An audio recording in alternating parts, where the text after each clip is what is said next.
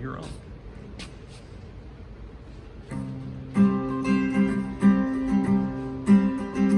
Even though I walk through the valley of the shadow of death, your perfect love is casting out fear. Even when I'm caught in the middle of the storms of this life, I won't go back and know you are near. I will fear no evil,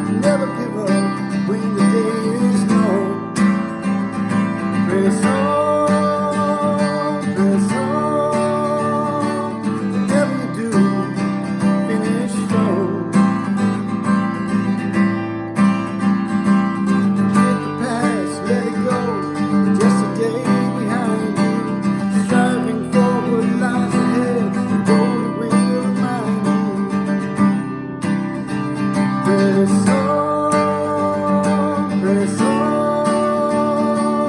Never give up when the day is gone. Press on, press on. Whatever you do, finish strong.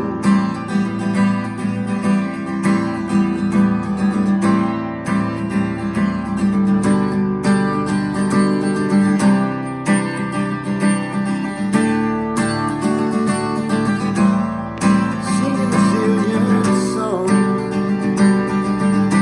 Everybody sing along.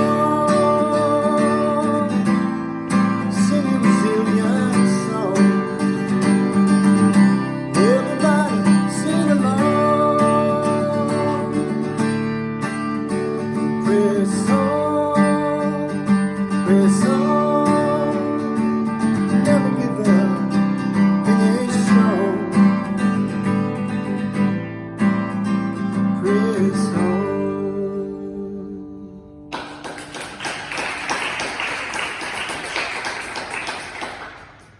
That was an original, so if you didn't know the lyrics, you shouldn't. You shouldn't have.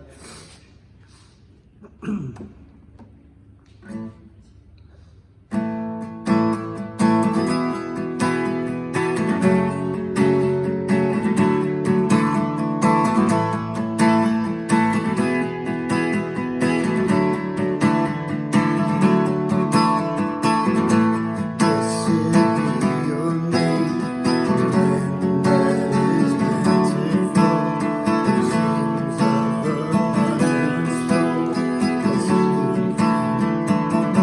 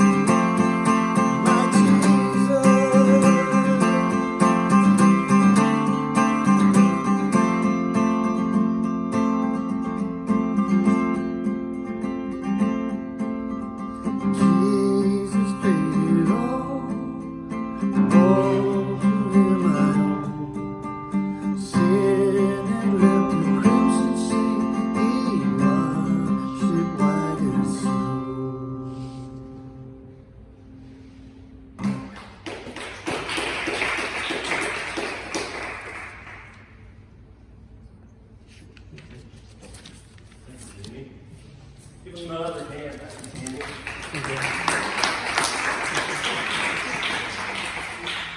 You have your Bibles. I hope you do. Turn to Job. Guess what book? Job. Let me just share this too. One of the things I'll send you tonight is a link. If you listen to Spotify, there is a special playlist that I put together for this study. It's called Wrestling with God in the Season of Job. And I'll put Jimmy's song on there, Press On. Maybe you're not familiar with it and get a chance to listen to it. And there's some other songs on there. I just kind of ransacked every Job song I could find. I will be adding songs to that during the 6 weeks. Some good music. I could just say a lot, but that's enough. And Mike, would you do me a favor? If you have a watch, could you tell me 20 minutes from now, and just kind of, or either you or Jenny, or somebody just kind of say it's 20 minutes, and that's my 5-minute warning to wrap up. So because I'm doing an overview of this, and I don't want to talk so much that I miss one of the most important parts of this, which is the discipleship part of it. I know there are a lot of stories in this room. I know we all have stories over our last year. This season, today I met 2 people who recently lost parents since the first of the year. One was that young man who walked through here a moment ago, the one who sets our room up, Landon. He lost his father to COVID back in January. Be praying for Landon. Today, Michelle in Winn-Dixie, and I've known her since I've been living here, and I could tell something wasn't quite right with her. And it was her first day back, and her mother died of COVID. Came down with COVID 3 weeks ago. So we're still in pandemic. I have to remind ourselves of that, and it is still affecting lives. And I know we have gone through a lot this past year, and hopefully get a chance to share some of those stories. Although when we talk tonight, obviously that 25 minutes could be filled up with one person's story. I want to hear your stories. I want to hear how this year has impacted you. Second thing, in leading up to this, because we are fearfully and wonderfully made, we all have different personalities. We all have different God wirings. And we have been impacted in different ways through this season because of that. I just recently learned, for the first time in 7.5 years, I started going to counseling again in 2020, middle of 2020. One of the things, the best part of it, I learned, I took a Myers-Briggs. Never done that before. I know what I am now. I am an INFJ. There's 16 different personality types, and that is introverted, introspective, feeling, judging. 3 of those are on the introverted scale. The last one, the judging, is on an extroverted scale. And I'm like, okay. And I learned this about myself. That is the rarest of all personality types. I always knew I was strange and weird. And I know now. And it kind of helped me get a handle on, okay, to understand yourself gives you a handle on why you're dealing with things the way you're dealing with them. Now I know why I feel, every time I speak, why I feel like an unopened bottle of Dr. Pepper that just fell on the floor all shook up. Because if you ever open a bottle of Dr. Pepper, it's going to, and that's kind of how I start things, especially new that I've never done before. It's just it's me. And I feel like, okay, after 61 years, I know who I am. Okay, I can deal with that. So we're all fearfully and wonderfully wired. We've been through a year, and we all respond to different seasons, trauma, differently. We all may walk through the same season. We may even experience the same things. And for some of us, it's going to strengthen our resolve to swim strong against the current, and some of us are going to flounder. Sometimes it's a single event. Sometimes it's an accumulation of your life's journey. I went 51 years, and nothing got to me. I mean, I went through the same thing that everybody goes through, my ups and downs. That's what life is all about. But it went 51 years, and in 2011 was my first season of Job, and I went through it for 2 years. And it laid me out. And in 2020, whenever we shut everything down, there was something about being in place for the first 2 months of that time, March and April. My job was not important. I still laugh like it's not important, I'll tell you. And so I was there, and I began to get the sense of I've lived this before. I remember when Ahmaud Arbery, when I first saw that video of him shot down in the street in Brunswick, Georgia, that got to me. And things began to have an impact on me, and then the whole year just unraveled from there. And it was a rough season. That's part of why I returned to counseling. I'm like, and I believe, firm believer, everybody needs to go to counseling. Find yourself a Christian counselor. Find yourself someone and talk to. Jimmy is a Christian counselor, okay? Even though he's going to get that plug tonight. But find someone. And I was looking at the statistics. The statistics are we're more stressed in our society than ever before. We're more angry than before. It has been an impactful season. We will be dealing with years from what we've just gone through, and we're not out of it yet. We still don't know. God alone knows what's coming. So here's the story of Job. Maybe you know this story. I'm pretty sure everybody here knows the beginning of the story. Maybe you know the conclusion when God finally shows up, but the part of this story that we probably don't know as well is the midsection. All the dialogue that Job has with his three friends, and then a fourth one shows up before God shows up, and it's just this constant back and forth, and there's a lot of banter going on, there's a lot of jabs back and forth. I encourage you to read it out loud, some of it. I did that the other day, and here's what I discovered. Man, this thing has a rhythm like a boxer's rhythm. I mean, you read it and it just flows, and it's like and it's a fight. Job's in a fight. His friends add to the fight. He's in a fight with God. It just has that weight to it. And it's that center part we often want to avoid in print and in real life. Have you asked the question the last few months, like a question like this? Pandemic, what have you come to teach me? God, what have you come to teach me in this season? Have you asked that question? What is it that I need to learn in this season? Because God never wastes a season. If you haven't asked that question, I encourage you to ask it and then listen. That takes time, that takes patience, and here's how we're wired. Come on, from the get-go when this thing started, what was our prayer? Get this over with. As soon as possible. Let us get back to normal, whatever that is. And I think Job is a very worthwhile book to look into. I have three personal brushes with Job. One is, I just find these odd, I'm just throwing this out there. In 1972, the January Bible study was Job.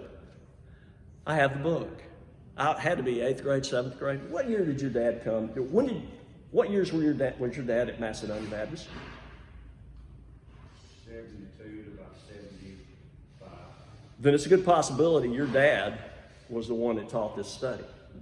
And here's the thing about this. It's the only, Baptists have this thing called January Bible Study, and it's the only one I remember. I'm 7th, 8th grade. That's, this is not, this is kind of heavy reading in the middle, so that's odd to me. When I went to college, Stanford University, one time I tried out for the play. It was a campus-wide, 4,000 students, campus-wide play. I tried out, auditioned for a play, and I was cast in one of the three roles, or the three main roles. It was a play based on Job. JB was the play. I was cast as Satan. Typecasting. And then in 2011, and this may be one of the top 10 weirdest things about me, I find this weird, but I slept. When my wife left, I slept with the book of Job open for about 4 months, just in bed. And that was back 10 years ago. I could get up in the middle of the night and read without having to have reading glasses. Can't do that now. But I opened that book and I read through that book and I underlined things in that book that just grabbed me because suddenly I was living his story. Wherever it connected with me, it connected with me deeply. And I studied it. One of the first books I studied when I returned to the table was I spent 4 months studying Job and just looking at this. So this book has just always it's always been in my life. It begins, verse 1, in the land of Uz, there lived a man whose name was Job. The man was blameless, upright, he feared God, he shunned evil, and it gives us this introduction. He had 7 sons and 3 daughters. Tells us about his family. But it all begins, there lived a man whose name was Job. And I think this is interesting. We find very quickly, verse 4, it says, find those glasses. It says his sons used to take turns holding feast in their homes, and they would invite their 3 sisters to eat and drink with him on their birthday. When a period of feasting had run its course, Job would send and have them purified. Early in the morning, he would sacrifice a burnt offering for each of them, thinking, perhaps my children have sinned and cursed God in their hearts. And this was Job's regular custom. This is very telling right here, what he prays for. You know, perhaps my children have cursed God. This is a big deal to Job, and rightly so. And more on that in just a minute. So we have that opening. Verse 8 says, one day the angels came to present themselves before the Lord, and Satan also came with them. What's he doing there? This is odd. This is one of the oddest things to me about the whole book. And what's he doing there? He's doing the same thing here as he was doing in Luke chapter 22. Do you remember the night before Jesus died? What did Jesus warn Simon Peter about? He said, Peter, you're going to betray me. And here's how he put it to him. He says, Simon, Satan has asked to sift you as wheat. Well, hello. That's what he's doing there. He may be prince of the world. He may be, I love the way Eugene Peterson puts it, he may be designated accuser. That's his job, that's what he does. But he has to submit before the sovereign Lord from time to time to check in. And here he is. He doesn't show up here before God because he wanted to. He shows up because he has to. And let's just pause right here and say there's a lot of questions in this book. That's one of the things I noticed this time around. Actually, the 7 chapters you were to read, there are 46 questions in those 7 chapters. Job asked the majority of them. He asked 29 of them.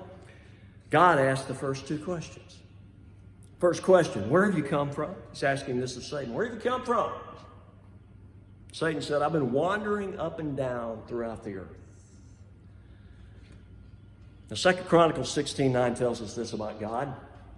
It says, for the eyes of the Lord range to and fro throughout the earth, that he may strongly support those whose hearts are committed to him. So God has to look. God gets to look. Satan has to walk it. Satan has to hoof it.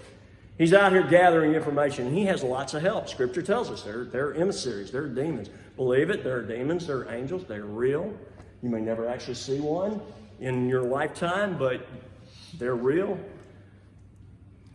He sends out his emissaries. And here's what I want you to know about God. God is omniscient. Satan is not. I learned this 10 years ago. This is one of the discoveries to my first 2 years of going through the Job season. Satan is not omniscient, but he takes very good notes. And I can promise you, he's made book on you. He knows each. I'm not worried about the government having a book on me or file on me, but this troubles me that the enemy has book on me. And I'll tell you how I know that. He goes after the good that your heart desires. That's what he goes for. What is he going for in America today? What is he going for over and over again? What did he go for in my life? He went for my family. He knew that was most precious to me. He's not omniscient. He takes very good notes. And he's doing the same thing here with Job. We'll find that out in just a second. So God says, hey, where do you come from? Second question, God says, have you considered my servant Job? Satan asks his questions. He says, yeah, I've considered him. He says, you know what? Does Job fear you for nothing? Nah. Have you not put a hedge around him and his household and everything he has? You have blessed the work of his hands so that his flocks and herds are spread throughout the land. But stretch out your hand and strike everything he has, and he will surely curse you to your face. Remember back in verse 5, what was Job worried that his children might have done? Curse God? He's saying, you touch him, he's going to curse you. Job doesn't know any of this going on. God says, okay, you have permission.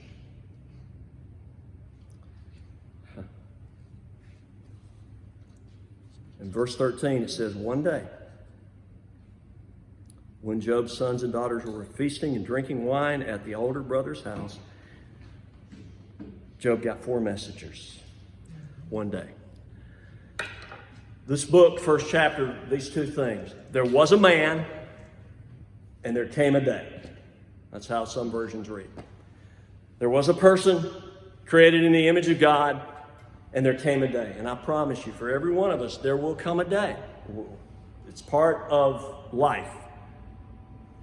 Joys, sorrows, good times, sufferings. There lived a man, there came a day. He received 4 messengers. First messenger showed up and said, the Sabaeans have carried off your 500 oxen, yoke of oxen, your 500 donkeys. Lost some of your livestock. Right after that, messenger number 2.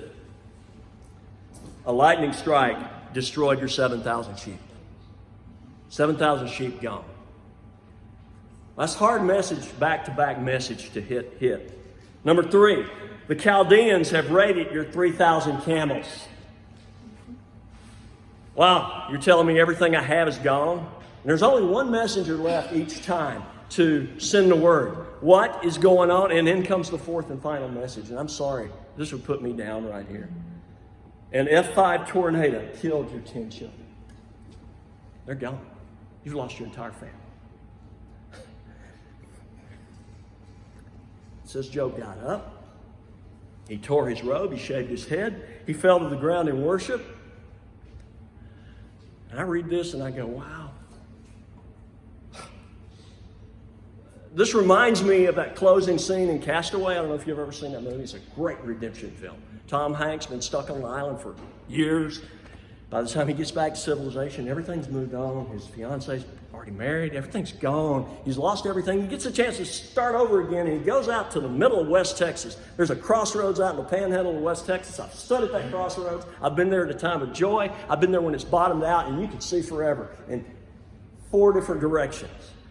And I'm thinking of Tom Hanks at this moment because here's what comes out of his mouth. He says, naked I came into this world. Job looks back. Naked I will depart. He looks forward. And then he looks up. The Lord gave, the Lord takes away. Blessed be the name of the Lord. This is astounding to me. This is admirable.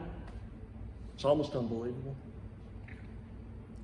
I know the truth of what Job says. I love the song that Jimmy sang a few moments ago. I love that song. I do. I've been through the desert. I've been through the good days. I know the truth of what he says. I have a hint of the taste of the kind of faith that Job has. And I might say under similar circumstances, I don't know what I would do. I might say the same thing, but I guarantee you when I go home, when that door closes, I'm going to say something else. And I'm going to hold back just a little bit because of ears here. You just think of the worst word possible. That's coming out of my mouth. My neighbor in the duplex there, we have well-built walls. But in the last year, I would not be surprised if I walked over to Tyler and said, Tyler, have you ever heard me say this word? Tyler would probably say, oh yeah, I've heard you say that a few times. There's no sugarcoating this. There's no sugarcoating grief. I'd be saying crap, but I wouldn't be saying crap. And I think sometimes, we got to let people grieve. This is harsh. This is hard. And then this chapter ends. In all this time, Job did not sin by charging God. Chapter 2, round 2. We're going to go through this one a little quicker. We don't know how much time lapsed between these 2 chapters, but I think quite a length of time. Job has lost everything. He's grieving. Satan shows back up. God asks his same 2 questions. Hey, where did you come from? Same place I came from last time. And what do you think of my servant Job? At this point, I would wish God does not ask that question about me. But that's part of the deal of being his servant. He doesn't say, have you seen my slacker, Job? Have you seen my servant, Job? He still maintains his integrity. God put in an integrity report on him. He still maintains it, though you incited me against him to ruin him without any reason. And Satan says, you touch his skin. You've allowed me to touch everything, but you haven't touched the flesh. You haven't diseased him. God says, okay, you can't take his life. Again, he's having to ask permission. And I don't understand why God allows this. And I don't understand why Job's on earth. He doesn't have privy to it. Job wasn't written yet. He doesn't know about the first 2 chapters of Job. He's just going, what in the heck is going on? And along comes Job's wife. You know, he's hanging on to his integrity. Satan does his thing. It says that, he has sores break out all over his body. And then it says Job took a piece of pottery and went and sat in an ash heap and scraped himself to get some relief. His wife said to him, "Are you still holding on to your integrity? Curse God and die." Now I want to pause right here and say this. For the first time in my life, I have never thought about Job's wife grieving as well. And I think it's some of the way that it has always been taught in church. How dare her say, curse God and die? How dare you be the instigator in this? She lost her 10 children too. And I'm saying, give her some grace. Give her some grace. He says, why? What do you want me to do? Curse God and die? And then he says this. One of the most powerful things he says, shall we accept good from God and not trouble? Now again, I got to go, wow. This impresses me more than blessed be the name of the Lord. Because he's had some perspective. He's sat in it for a while and he's able to have this perspective. Shall we accept good from God and not, wow, I'm in trouble. I got 5 minutes left. Ooh, okay. Well, can we... I'm wowed by that. It says in all this, Job did not sin in what he said. Along come Job's 3 friends, end of the chapter there. They show up. They see him from a distance. They go, wow, look how bad he looks. He's emaciated. He's disfigured. We don't recognize him. And it says that they came down and they sat on the ground with Job for 7 days and 7 nights. No one said a word to him because they saw how great his suffering was. For 7 days, they don't say a word. And again, we usually compliment these guys for being quiet for 7 days. There's a little bit more going on in the story than this. And I will just say, I'm not this good a friend to sit with somebody for 7 days this long. This is a long time to say. You just want to say something to try to bring comfort. I'm not good at being quiet like that, but their presence is there. I'm not this good a friend for these 7 days, but I'm not this bad a friend after they finally open up and start talking. And suddenly I realize what's going on here. That 7 days has purpose. 7 days and 7 nights was the time you spent in mourning for the dead. They're not sitting there absorbing his pain. And Job suddenly realizes in that 7 days, these guys aren't here to comfort me, they're here to bury me. And in chapter 3, he opens up his mouth and he speaks. And what does he do? First thing, he says out of his mouth, damn September 19th. That's my birthday. Damn the day of my birth. Damn.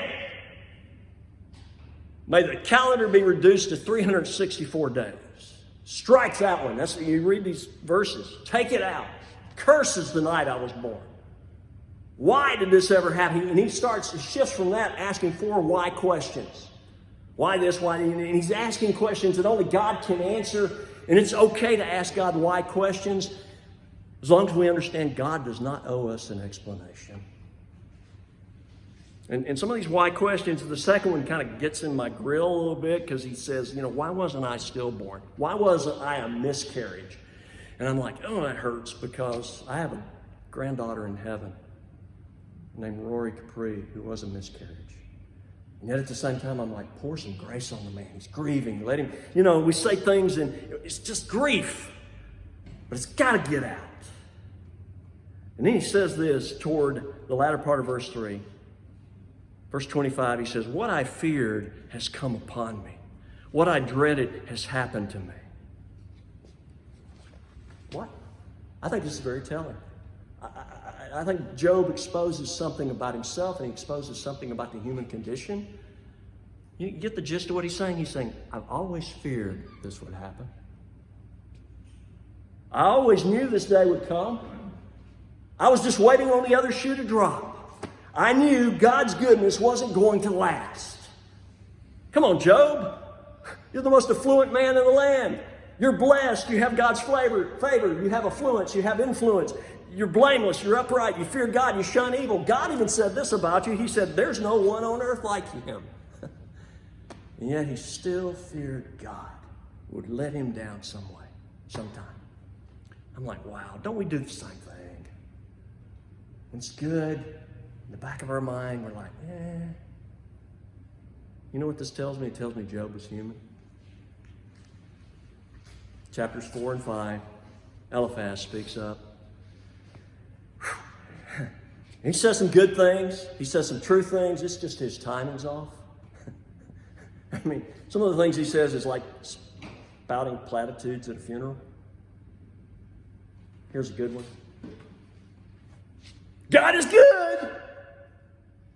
Expecting. What's the expected reply? All the time. There were some times in my 2 years somebody came up, God is good, and I'm like, God's good, you're annoying. You're insensitive. You're stupid. Don't tell me that now. You don't heal a broken heart by discussing theology or logic. You don't heal a broken heart with pious bumper sticker platitudes. You heal a broken heart with love. Real quickly, Eliphaz, he's just all over the map. He can't quite decide what, he's going to say. One minute he's acknowledging that brokenness comes to everybody, and the next minute he's saying, but brokenness is connected to sin. You did something wrong, Job. I know you did. And then verse 27, the crowning telling moment of his little 2 chapters here, he says, we have examined this, and it is true, so hear it, Job, and apply it to yourself. You hear what he's saying? He's saying, hey, me and the other 2 guys, we had a committee meeting on the way here, and we felt that God was leading us to tell you this. So because we've heard from God, and you haven't right now, just accept it.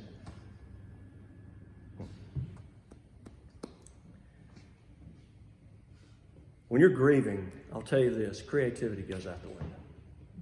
Gone. But